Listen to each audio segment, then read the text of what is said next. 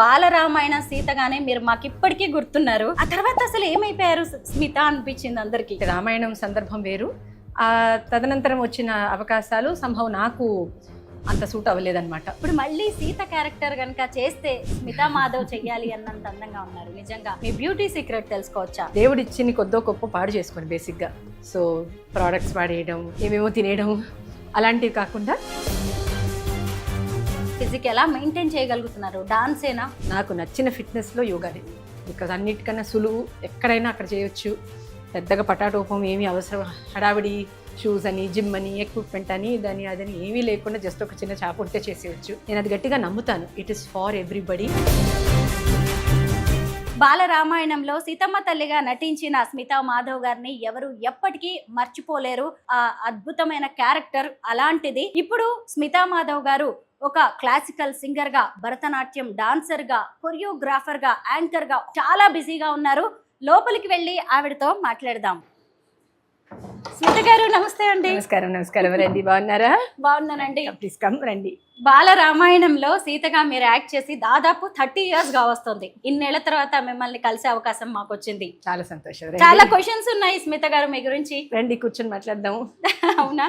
మీ ఇల్లు చూడాలని ఉంది, చూపిస్తారా? వీలైనంత వరకు. ఇది టాంజూర్ పెయింటింగ్. మా అమ్మకి బాగా సరదా అనమాట. బాగా ఆర్టిస్టిక్ మనిషి మా అమ్మ. జనరల్గా తను బొమ్మలు వేస్తారు. మంచి ఆర్ట్ ఎక్కడన్నా కనపడితే వీలైతే ఇంటికి తీసుకొచ్చి పెట్టుకోవడం, అది అమ్మకి సరదా అనమాట. సో అలా తీసుకొచ్చుకుందమ్మ. ఇది స్మిత గారు ఇప్పుడు ఏం చేస్తున్నారు? ఎందుకంటే మేము బాలరామాయణ సీతగానే మీరు మాకు ఇప్పటికీ గుర్తున్నారు. ఆ తర్వాత అసలు ఏమైపోయారు స్మిత అనిపించింది అందరికి. సినిమాల్లో అయితే రాలేదు మీకు తెలిసినంత వరకు, నాకు తెలిసి కూడా. అంటే సినిమాలు ఇష్టం లేక కాదు, అప్పుడు వచ్చిన సందర్భం అంటే రామాయణం సందర్భం వేరు, ఆ తదనంతరం వచ్చిన అవకాశాలు సంభవం నాకు అంత సూట్ అవ్వలేదన్నమాట. అంటే మా కుటుంబ నేపథ్యం కానీ, నాకు అప్పుడున్న ఆసక్తులు, చిన్న విధానం ఏదైతే ఉందో, అప్పుడు వచ్చిన మూవీస్ నేను యాక్సెప్ట్ చేయలేని పరిస్థితి చాలానే వచ్చాయి. న్యాచురల్గా ఉన్నది కదా. బట్ నేను సంభవం ఏది యాక్సెప్ట్ చేయలేదు. రామాయణం సినిమా కన్నా ముందు, రామాయణం సినిమా కన్నా తర్వాత కూడా నేను అప్పటికి ఇప్పటికీ ఎప్పుడు నాతో ఉన్నది కళలు, భరతనాట్యం, కర్ణాటక సంగీతం. చెప్పాలంటే ఆ రామాయణం అవకాశం నాకు వచ్చింది కూడా కళల వల్లనే. నా భరతనాట్యం అరంగేట్రం అప్పుడు పేపర్ కవరేజ్ బాగా వచ్చేది, అప్పుడు చిన్నపిల్లలు కాబట్టి. సో ఏదో ఒక న్యూస్ పేపర్లో నా రివ్యూ చూసే యాక్చువల్ ఎంఎస్ రెడ్డి గారు నన్ను అప్రోచ్ అవ్వడం జరిగింది. సో కళలు అప్పటికి ఇప్పటికీ దేవుడి దయ వల్ల ఎప్పటికీ కూడా నా జీవితంలో అది పెద్దపీట దానికే వేశాను అనమాట. నేను వేయడం కన్నా కళలు నన్ను ఎంచుకున్నాయని చెప్పాలి. సో నేను చదువుకుంది లా యాక్చువల్లీ. డాన్స్లో పిహెచ్డి చేశాను, మాస్టర్స్ చేశాను, అన్నీ చేశాను. కానీ కంటిన్యూస్గా నేను చేసేది ఏంటంటే కళలు, భరతనాట్యం అండ్ కర్ణాటక సంగీతం. బాలరామాయణ సినిమా చేస్తున్నప్పుడు మీ ఏజ్ ఎంత? 10 years. అంటే 5th 6th క్లాస్లో ఉన్నారేమో. అంతే అంతే. ఇప్పుడు మీ ఏజ్ ఎంతో తెలుసుకోవచ్చా? మీరే లెక్క వేయచ్చు. అబ్బా, అప్పుడు ఎలా ఉన్నారో ఇప్పుడు మళ్ళీ సీత క్యారెక్టర్ కనుక చేస్తే స్మితా మాధవ్ చెయ్యాలి అన్నంత అందంగా ఉన్నారు. నిజంగా ఇదేమీ పొగడ్త కాదు, అంత అందంగా కనిపిస్తున్నారు. మీ బ్యూటీ సీక్రెట్ తెలుసుకోవచ్చా? స్టార్టింగ్ లోనే అడిగేశాను అనుకోవద్దు, అడగాలనిపించింది. ఇంకా బ్యూటీ సీక్రెట్ అని నేను చెప్పడానికి లేదు యాక్చువల్లీ. బికాజ్ మా ఇంట్లో మా అమ్మమ్మ వాళ్ళందరినీ చూస్తే మీరు యాక్చువల్లీ ఈ ప్రశ్న నన్ను అడిగేవాళ్ళు కాదు. ఎందుకంటే మా అమ్మమ్మ చివరి వరకు అంత బాగుండేవారు అనమాట. మేమందరం దేనికి పనికిరం గట్టిగా చెప్పాలంటే. సీక్రెట్ అంటే ఏమీ లేదు, మేబీ జెనెటిక్స్, దేవుడి దయ వల్ల. నేను సొంతంగా చేసేది అంటే బేసిక్గా దేవుడు ఇచ్చింది కొద్దో గొప్ప పాడు చేసుకొని బేసిక్గా. సో ప్రోడక్ట్స్ వాడేయడం, ఏవేవో వాడేయడం, ఏమేమో తినేయడం అలాంటివి కాకుండా సింపుల్గా మన అమ్మమ్మలు పాటించిన లైఫ్ స్టైల్ అనుకోండి. In the sense late nights ఉండవు, ఒక సింపుల్ లైఫ్ స్టైల్ మెయింటైన్ చేయడం, ముఖ్యంగా ఇంటి భోజనం తినడం, మ్యాక్సిమం 90% కన్నా ఎక్కువే ఇంట్లోనే తినడం, బయటికి వెళ్ళినా ఇంట్లో నుంచి బాక్స్ పట్టుకెళ్ళి వెళ్ళడం, అలాంటి చిన్న చిన్నవి పాటించడం. ఎక్కువ గందరగోళం హెడ్లో పెట్టుకోను మ్యాక్సిమం వీలైనంత వరకు. అంటే మనిషి అని పుట్టిన తర్వాత ఏదో కొద్దో గొప్ప స్ట్రెస్ అందరికీ వచ్చేస్తుంది మనం అడగకుండానే. బట్ మిగతా వాళ్ళని చూసి అది ఇది అని కంపేర్ చేసుకొని బుర్రపాటు చేసుకునేది వీలైనంత వరకు అవాయిడ్ చేస్తుంటాను. సో అంతే, అంతకుమించి ఏం లేదు. నేను పెద్దగా ప్రయత్నపూర్వకంగా చేసేది ఏం లేదు. ఫిట్నెస్ సీక్రెట్ ఇంత చక్కగా ఫిజిక్ ఎలా మెయింటైన్ చేయగలుగుతున్నారు? డాన్సేనా? Dance and yoga. Dance and yoga అంతే. డైలీ చేస్తూ ఉంటారు వీలైనంత వరకు యోగా. నాకు నచ్చిన ఫిట్నెస్ అంటే యోగా ఒకటే. స్విమ్మింగ్ నాకు ఏదో కొంత ఇష్టం, కానీ నేను చేయలేకపోతుంటాను ఎక్కువ, బికాజ్ అది చాలా ఎలాబరేట్ అనమాట. నాకు నచ్చిన ఫిట్నెస్లో యోగానే, బికాజ్ అన్నిటికన్నా సులువు, ఎక్కడైనా అక్కడ చేయొచ్చు. పెద్దగా పటాటోపం ఏమీ అవసరం, హడావిడి షూస్ అని, జిమ్ అని, ఎక్విప్మెంట్ అని, ఇదని అదని ఏమీ లేకుండా జస్ట్ ఒక చిన్న చాప ఉంటే చేసేయచ్చు.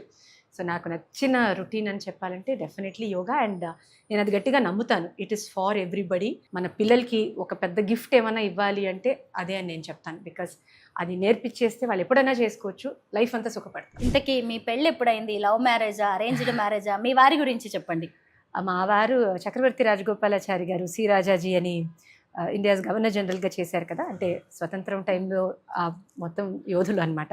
చాలా సంవత్సరాలు కారాగృహవాసం చేసి భారతదేశం స్వతంత్రం రావాలి, స్వాతంత్రం కోసం ఆ సమరంలో బాగా కష్టపడిన ఫ్యామిలీ వాళ్ళది.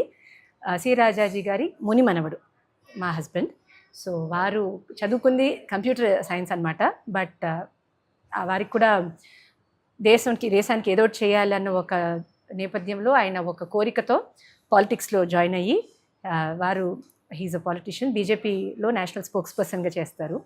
సో అది వారి స్టోరీ. సో తను చదువుకుంది ఒకటి, వాళ్ళ అన్నగారితో పాటు కలిసి కొన్ని సంవత్సరాలు ఒక కంప్యూటర్ బిజినెస్ చేసి, అంటే పాలిటిక్స్కి రావాలి బట్ సేవాభావం ఒకటే ఉండాలి అన్న ఒక ధోరణి కాబట్టి ఎంతో కొంత ఫ్యామిలీ కోసం అని ఒక బిజినెస్ ఒకటి చేసి, దాని తర్వాత పాలిటిక్స్కి రావడం జరిగింది.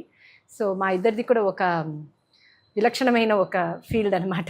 నేను చదువుకుంది లా, చేసేది లలిత కళలు. వారు చదువుకుంది కంప్యూటర్ ఇంజనీరింగ్, బట్ ఇప్పుడు చేస్తోంది పాలిటిక్స్. సో అలా ఒక డిఫరెంట్ కాంబినేషన్ అనమాట. దేవుడి దయ వల్ల ముందుకు సాగుతున్నాం. పిల్లలండి? మాకు పాప చిన్నది. సో అది ఫ్యూచర్లో ఇంకేం చేస్తుందో చూడాలి. ఇప్పుడు ఏం చేస్తున్నారు స్మిత గారు? మాది వర్ణ ఆర్ట్స్ అకాడమీ అని హైదరాబాద్లో డాన్స్ స్కూల్ ఉంది, డాన్స్ అండ్ మ్యూజిక్. సో ఇక్కడ కింద డాన్స్ హాల్ మీకు చూపిస్తాను. సో ముఖ్యంగా భరతనాట్యం అండ్ కర్ణాటక సంగీతం నేర్పిస్తాము. కానీ దానికి ఎంత ముఖ్యత్వం ఇస్తామో దాంతోపాటు మన సనాతన ధర్మం లోని చిన్న చిన్న విషయాలు, పెద్ద పెద్ద విషయాలు, అంటే ఆ చిన్న చిన్న విషయాలే రేపు పొద్దున పెద్దవి అవుతాయి కాబట్టి పిల్లల లైఫ్లో. సో శ్లోకాలు, మాకు వీలైనంత వరకు శ్లోకాలు, స్తోత్రాలు, కథలు ద్వారా ఇలా సమ్మర్ వర్క్షాప్స్ అని పిల్లలకి నేర్పడం. ఇక్కడికి వచ్చే పిల్లలే కాకుండా ఇక్కడ రాలేని పిల్లలు కొంతమంది ఉంటారు కదా, అంటే అంటే ఈ కళలు అనేది ఒక సెక్షన్ ఆఫ్ సొసైటీకి మాత్రమే పరిమితం కాకూడదని ఒక తాపత్రయం అనమాట నాది. సో ఇక్కడ రాలేని వాళ్ళకు కూడా ఆన్లైన్ ద్వారా నేర్పించి, కొంతమందిని చిన్న చిన్న స్కూల్స్ నుంచి ఇక్కడికి పిలుచుకొని ఇక్కడ వచ్చే పిల్లలతో పాటు వాళ్ళకి కూడా నేర్పించి, ఏదో మాకు వీలైనంత, నేను పెద్ద సొసైటీకి కాంట్రిబ్యూషన్ అని చెప్పను, నేను నేర్చుకున్న కళలు నలుగురికి పంచే ఒక ప్రయత్నమే ఈ అకాడమీ ద్వారా. చాలా సంవత్సరాలు, ఆల్మోస్ట్ 20 సంవత్సరాల పైగా ఇన్స్టిట్యూట్ నడుస్తుంది. చాలామంది పిల్లలు, 100కి పైగానే పిల్లలు నేర్చుకుంటారు. అండ్ స్కూల్ అయితే బాగా జరుగుతుంది, ముందుకు వెళ్తుంది. అండ్ ఈ స్కూల్ ద్వారా చాలామంది పిల్లలకి మన కళల పట్ల అవగాహనతో పాటు నాకున్న ఆ పిపాస ఏదైతే ఉందో అది షేర్ చేసే అవకాశం నాకు దొరుకుతుంది. సో అది నాకు తృప్తి అన్నమాట.